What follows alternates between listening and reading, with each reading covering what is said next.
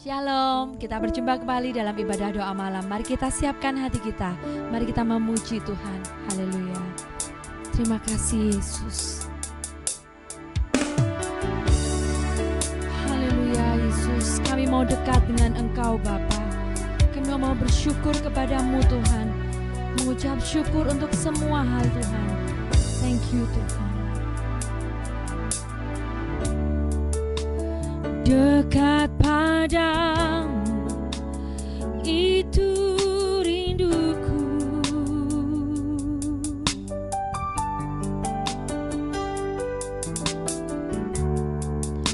setiap kataku kau pun menunggu, tak kusangka ku temukan satu kasih yang abadi.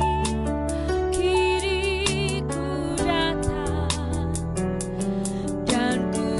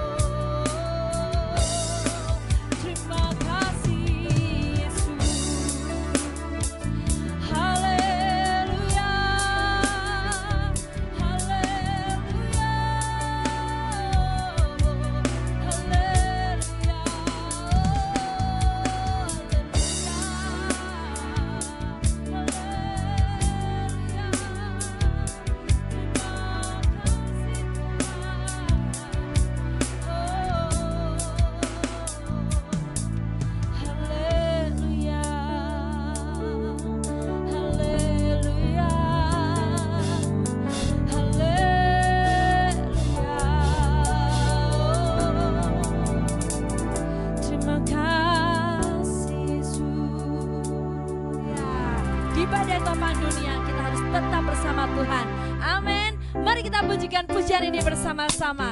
Haleluya.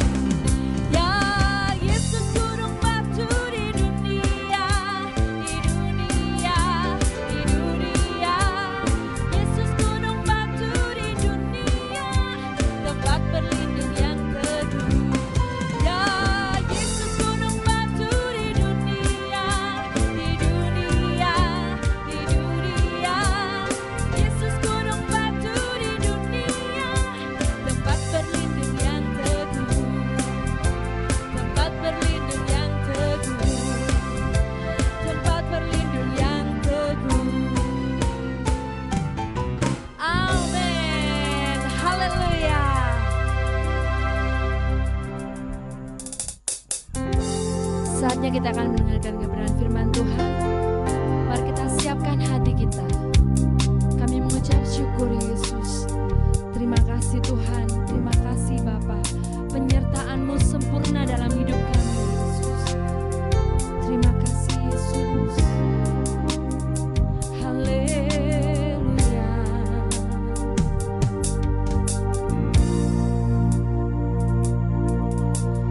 Di tengah luasnya samudra, di dalam badai bergelora, Kaulah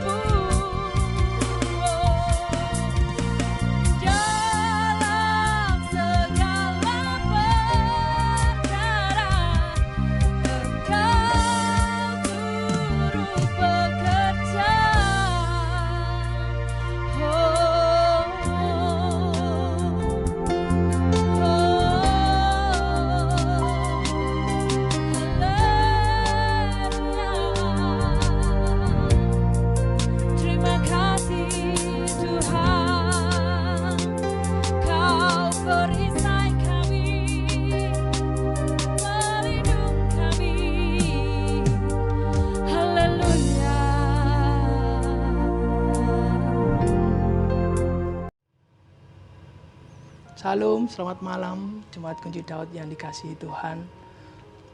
Gimana kabarnya? Saya yakin dan percaya, tetap sehat, tetap ada penyertaan Tuhan.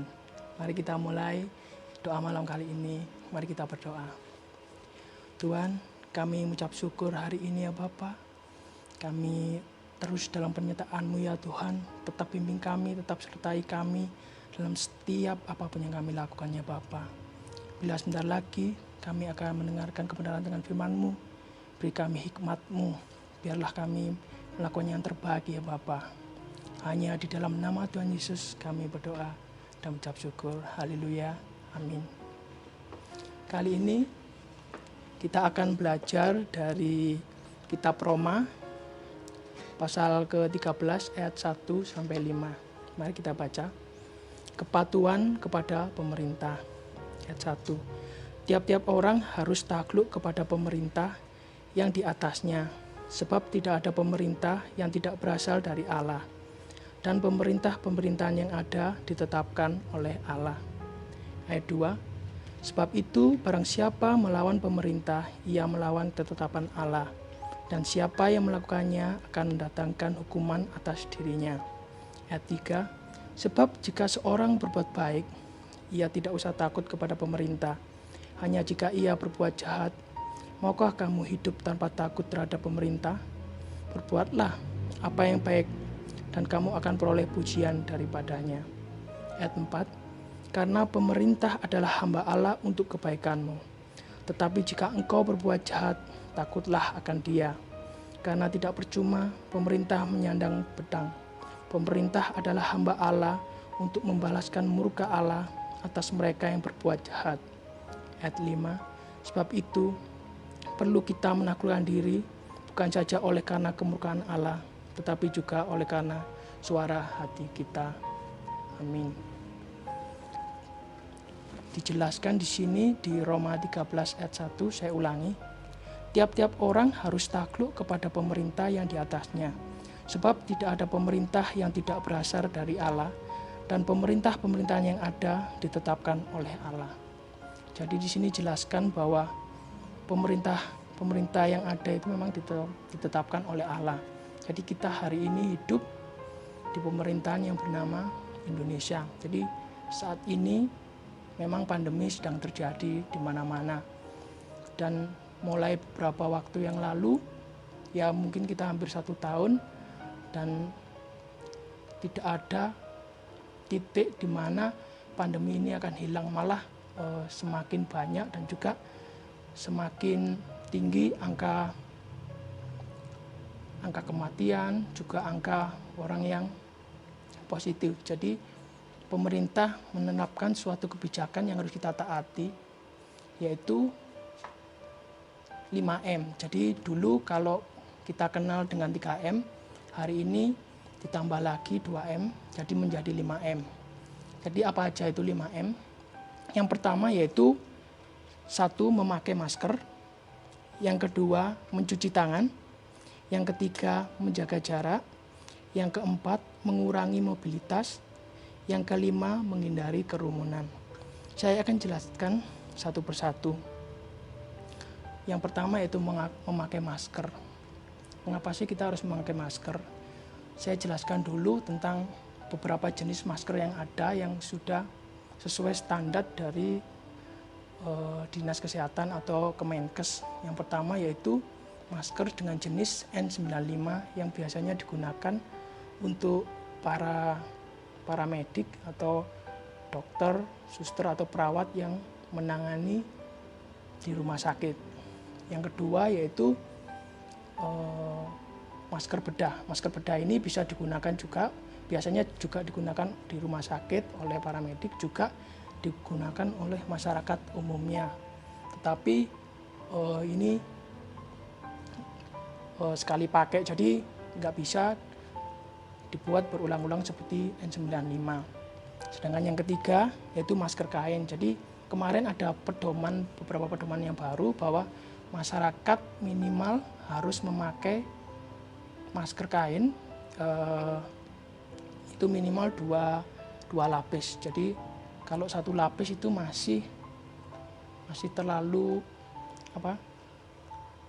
untuk virus masih bisa masuk ke daerah mulut dan juga hidung. Jadi 2 lapis, lebih baik lagi 3 lapis. Itu beberapa jenis masker. Memang di beberapa tempat di rumah sakit di tepatnya di luar Jawa memang sudah kehabisan, terutama untuk limbah medis. Jadi untuk masyarakat lebih baik menggunakan masker kain karena yaitu untuk mengurangi limbah medis. Bahkan beberapa waktu lalu saya baca di berita di Detik atau di mana sampai mengimpor dari luar Jawa ke Jawa untuk ini kan termasuk limbah berbahaya atau B3, jadi harus dihancurkan atau dibakar dengan suhu sampai berapa derajat, sekitar hampir berapa ribu gitu.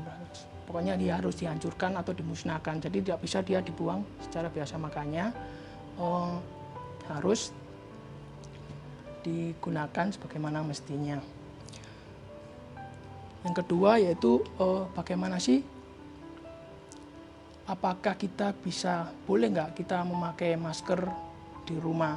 Jadi gini, ada beberapa pedoman yang saya ambil dari CDC atau Center for Disease Control and Prevention. Jadi ini organisasi untuk menanggulangi pandemi atau beberapa hal yang berhubungan dengan penyakit. Jadi yang pertama yaitu apakah boleh kita memakai masker di dalam rumah. 1, jika terdapat anggota keluarga yang terinfeksi COVID-19, itu harus. Misalnya jika ada saudara kita atau orang-orang terdekat kita yang intinya satu rumah dengan kita yang sudah positif, lebih baik kita menggunakan. Kenapa? Karena kalau dia batuk atau dia bersin, jadi cairan ini akan droplet, jadi cairan ini akan virus ini akan tersebar kemana-mana. Jadi lebih baik kita memakai masker apa yang bagus. Sebenarnya masker kain sudah cukup, cuma jika memang di rumah ada yang positif, lebih baik kita minimal pakai masker bedah, masker yang mungkin harganya sudah terjangkau sih. Kemarin saya lihat ada yang harga 30.000, 40.000, memang yang terbaik sekitar 70.000, itu memang kayaknya lebih bagus, tapi untuk kualitasnya samalah itu. Terus yang kedua, terdapat anggota keluarga yang berpotensi terkena COVID karena aktivitas di luar rumah. Nah ini contohnya seperti saya bekerja di lingkungan kesehatan atau di rumah sakit, jadi lebih baik jika anggota keluarga kita menyiapkan masker di rumah. Apakah setiap hari harus pakai masker? Enggak juga. Misalnya kalau ada gejala batuk ataupun demam, apakah itu pasti COVID? Belum tentu, tapi lebih baik kita memakai masker untuk berjaga-jaga. Sedangkan yang ketiga, merasa terjangkit atau mengalami gejala COVID-19. Nah ini gini, misalnya saat kita di rumah atau saat kita berkumpul dengan keluarga, kita ataupun keluarga terdekat merasa agak demam, juga mungkin agak batuk atau gimana, lebih baik ya menggunakan masker, juga agak menjaga jarak. Ya kita lebih baik berhati-hati walaupun belum tentu itu COVID. Jadi itu semua juga untuk kebaikan bersama. Yang keempat yaitu ruangan sempit. Nah ini gini, jadi jika ada seseorang yang harus isolasi mandiri, sedangkan dia tempat tinggal atau rumahnya ini tidak memenuhi syarat, tapi biasanya beberapa waktu ini sudah disiapkan di rumah sakit, di Pemkot yang sudah disebut rumah sakit lapangan, letaknya di Jalan Jakarta itu. Dia ikut Jalan Ijen tapi lewat Jalan Jakarta, itu sekitar 306 bed pasien, mungkin sekitar 150 untuk laki-laki, 150 untuk perempuan. Jadi memang disiapkan untuk isolasi mandiri sana untuk orang-orang yang memang tidak bisa isolasi mandiri di rumah, dan itu memang sudah disiapkan. Cuman kemarin terupdate yang baru sekitar 1 minggu yang lalu, Untuk bed prianya tinggal 20, sedangkan yang wanitanya tinggal 23 bed. Jadi memang agak penuh. Hari ini ya agak mengkhawatirkan juga. Kita berharap kita tetap bisa menjaga kesehatan. Yang kelima itu tidak bisa menjaga jarak minimal 2 meter, sama seperti ruangan sempit tadi. Jadi jika ada isolasi mandiri yang tidak bisa menjaga jarak atau karena lingkungan atau rumah yang tidak sesuai dengan standar protokol yang ada, ya lebih baik kita isolasi di rumah sakit atau tempat-tempat isolasi mandiri yang sudah disiapkan oleh pemerintah. Dan untuk pemakaian masker ada beberapa protokol yang mengapa atau sebaiknya tidak digunakan oleh siapa saja untuk masker. Yang pertama yaitu untuk anak-anak di bawah umur 2 tahun. Kenapa tidak boleh memakai masker? Mungkin untuk perkembangan paru-parunya masih belum sempurna. Biasanya kalau dia memakai masker dia merasa agak sesak. Jadi memang lebih baik ya nggak pakai masker dulu. Tapi apakah bisa dipakaikan masker? Bisa. Tapi kalau memang kita mempunyai anak atau saudara atau siapa yang masih umur 2 tahun, ya lebih baik tidak usah kemana-mana dulu, di rumah aman atau menjauhi kerumunan untuk ya supaya kita tidak terpapar COVID. Terus yang kedua, siapapun yang kesulitan bernafas. Biasanya untuk orang-orang yang punya penyakit asma, penyakit paru-paru, penyakit TBC dan lain-lain, ini beberapa orang yang memang kesulitan untuk bernafas. Jadi ada beberapa pengecualian. Yang ketiga yaitu siapapun yang tidak sadarkan diri, tidak berdaya, atau tidak dapat melepaskan masker tanpa bantuan. Jadi memang jika ada orang yang tidak sadar dimanapun berada, pasti harus dilepas maskernya agar sirkulasi dalam darahnya, oksigennya terpenuhi, jadi tidak berakibat fatal. Terus yang keempat yaitu mengenakan masker mungkin sulit bagi sebagian orang dengan masalah sensori, kognitif, atau perilaku. Dan jika mereka dapat memakai masker dengan benar atau tidak dapat mentolerir masker, mereka tidak boleh mengenakannya. Namun adaptasi perilaku serta alternatif harus dipertimbangkan. Jadi memang ada beberapa orang yang biasanya sensitif, entah itu kulitnya, entah apa. Jadi kalau dia pakai masker, dia pasti ada gatal atau kemerahan atau gimana. Ada beberapa orang yang mengalami itu. Jadi ada pengecualian juga. Mungkin dia ada beberapa masker khusus untuk dia pakai. Terus yang kedua yaitu protokol yang kedua yaitu mencuci tangan. Mengapa sih kita harus mencuci tangan? Jadi di sini ada sebuah gambar. Ini adalah contoh dari virus atau COVID-19.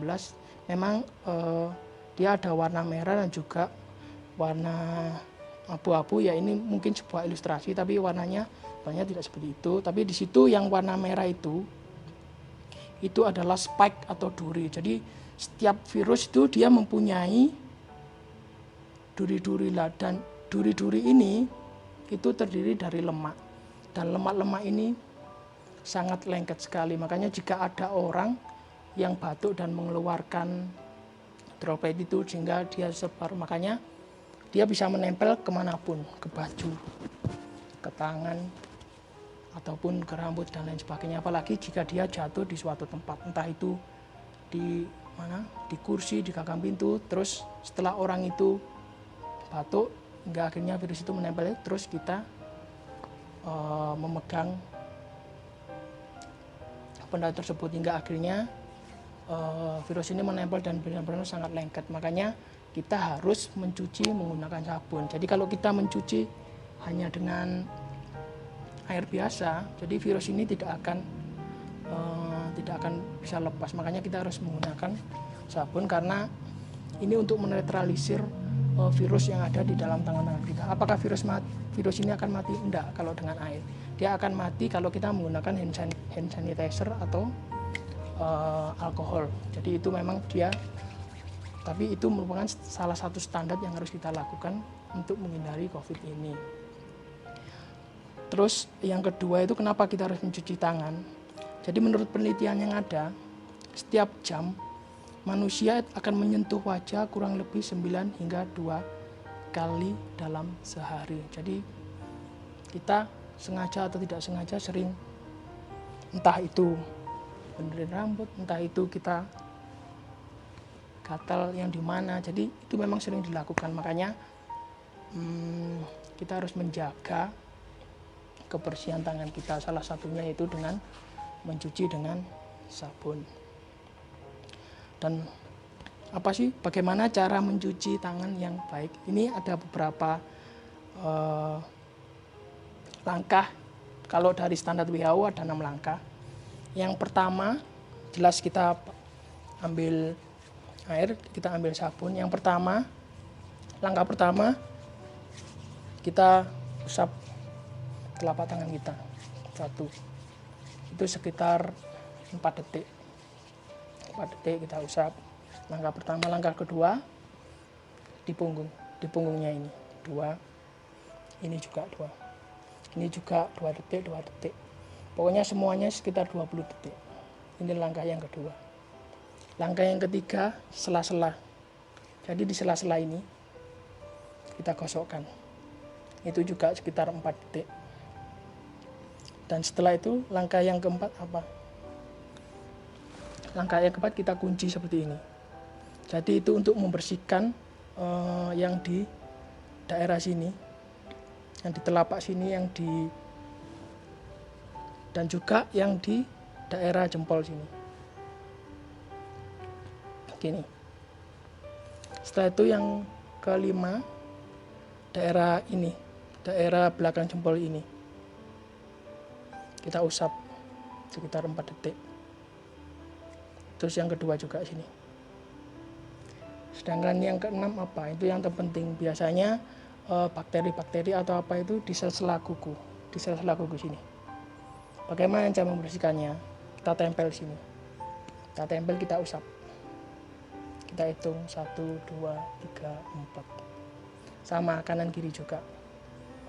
1, 2, 3, 4. Itu sudah. Jadi 6 langkah ini memang langkah yang terbaik untuk membersihkan seluruh permukaan atau menjauhkan dari virus yang ada.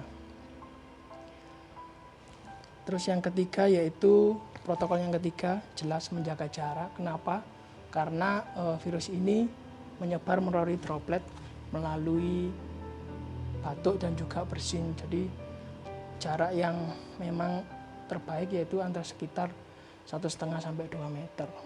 Karena saat kita batuk mungkin sebagian droplet akan jatuh, tapi ada juga sebagian yang masih, jika orang itu tidak pakai masker, ada sebagian lagi yang masih melayang-layang, baru dia akan beberapa jam, mungkin menit atau jam baru dia jatuh. Jadi menjaga jarak ini juga protokol kesehatan yang penting yang harus kita lakukan. Dan yang keempat, ya ini merupakan protokol yang baru, yaitu mengurangi mobilitas. Apa sih itu mengurangi mobilitas? Mengurangi mobilitas ini lebih kepada kebijakan pemerintah. Jadi saat ini kan masih banyak masyarakat yang ya kadang nggak pakai masker, masih nggak bisa menjaga jarak. Terus yang ketiga, cara mencuci tangan, makanya dimunculkan mengurangi mobilitas ini, terutama untuk Jawa dan juga Bali. Hari ini memang masih terlalu tinggi untuk setiap hari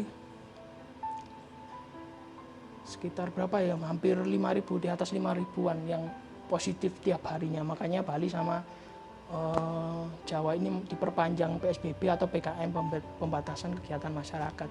Ini merupakan protokol yang dicanangkan pemerintah untuk mengurangi pandemi ini atau mengurangi angka positif. Jadi yang pertama,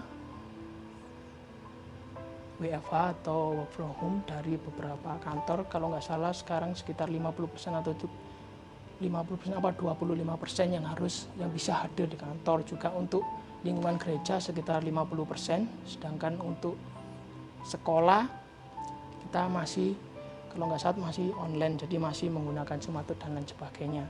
Itu merupakan protokol yang digunakan pemerintah untuk saat ini untuk mengurangi angka ini, angka yang positif. Terus yang kelima, menjauhi kerumunan. Jelas karena banyak orang-orang di sana, orang-orang di luar sana, ya kita tidak tahu, apalagi banyak yang OTG atau orang tanpa gejala, kita tidak tahu. Makanya apakah kita boleh sih jalan-jalan ke mall, ke pasar, kemanapun tempat-tempat yang ramai? Boleh, tapi jangan terlalu sering. Kenapa? Ya ini untuk kebaikan kita juga. Kita harus menjaga kesehatan kita, seperti itu. Kita baca ayat yang kedua, yaitu Roma 13 ayat 4a. Karena pemerintah adalah hamba Allah untuk kebaikanmu. Jadi di sini jelaskan apa yang dilakukan pemerintah itu semuanya untuk kebaikan kita. Jadi beberapa waktu ini kan kita sudah mulai dilakukan dengan program vaksinasi. Jadi ini merupakan program pemerintah, dan di sini dijelaskan bahwa itu adalah untuk kebaikanmu. Jadi mari kita sama-sama ikut dalam program pemerintah, terutama vaksin ini. Beberapa waktu yang lalu saya sudah vaksin, mungkin nanti akan saya sharekan foto-fotonya. Tanggal 29 kemarin, hari Jumat. Gimana sih rasanya divaksin? Ya, yang pertama pasti takut. Tapi setelah kita divaksin kemarin, nggak ada timbul apa-apa sih. Cuma memang agak, bahasa Inggrisnya agak kemeng gitu di daerah sini. Jadi kalau efek-efek yang lainnya sih tidak ada. Cuma kata teman-teman sih ada juga beberapa yang, waduh saya kok tambah lapar, tambah makan. Ya itu luar biasa memang. Cuma ada juga teman yang kemarin juga ketakutan karena nggak mau nanti gini. Enggak lah, semuanya itu sudah ada prosesnya. Jadi saya akan jelaskan kenapa vaksin ini aman digunakan.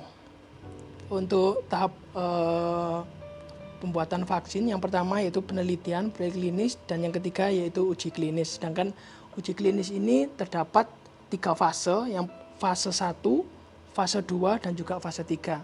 Fase 1 itu seperti apa?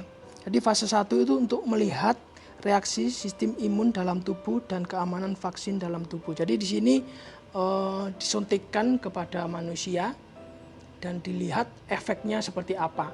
Jadi ya mungkin hanya satu orang atau 2 orang dalam tahap uji coba, jadi efeknya seperti apa. Sedangkan untuk fase kedua, setelah fase uji pertama berhasil, dia masuk ke fase kedua, yaitu memakai ratusan subjek uji coba dan memastikan dosis yang tepat serta jadwal imunisasi yang sesuai. Jadi setelah tahap 1 selesai, dia masuk ke tahap 2 atau lebih banyak orang yang ikut di dalamnya. Jadi memang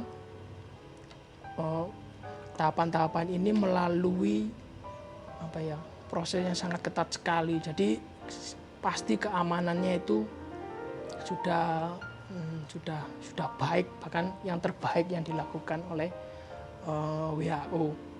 Untuk fase yang ketiga itu melibatkan kurang lebih 1.000 subjek uji coba dan fokus kepada keamanan vaksin dan mengidentifikasi efek samping vaksin yang berat dan langka. Fase yang ketiga ini sudah dilakukan kemarin. Kita kan yang pertama kita pakai vaksin Sinovac, jadi sudah dilakukan mulai bulan kemarin ya, sekitar bulan Juni-Juli, dan itu memakan waktu 6 bulan, sehingga akhirnya awal tahun ini sudah bisa melalui BPOM dan sudah penyuntikan sampai hari ini. Jadi untuk keamanannya pasti nggak usah takut, pasti ini sudah sudah melalui tahap uji coba yang ketat seperti itu. Jadi nggak usah takut, mari kita sama-sama menggalakkan ikut dalam program pemerintah vaksin ini. Ya, demikian sedikit share tentang keadaan terkini tentang pandemi saat ini. Ya, kita berharap semuanya berjalan dengan baik, dan yang pastinya kita berharap pada Tuhan terus penyertaannya dalam setiap apapun yang kita lakukan. Pasti ada penyertaan Tuhan di sana. Mari kita tutup ibadah ini dengan berdoa. Tuhan, terima kasih buat kasih-Mu, buat penyertaan-Mu untuk setiap kami ya Bapa. Kami yakin dan percaya apapun yang terjadi di kami, Engkau turut bekerja ya Bapa. Terima kasih ya Tuhan, tetap beri kami kesehatan dan kekuatan dan sukacita yang hanya daripada-Mu ya Bapa. Biarlah apapun yang terjadi itu semuanya kehendak-Mu saja ya Bapa. Hanya di dalam nama Tuhan kami Yesus Kristus kami berdoa dan mengucap syukur. Haleluya. Amin.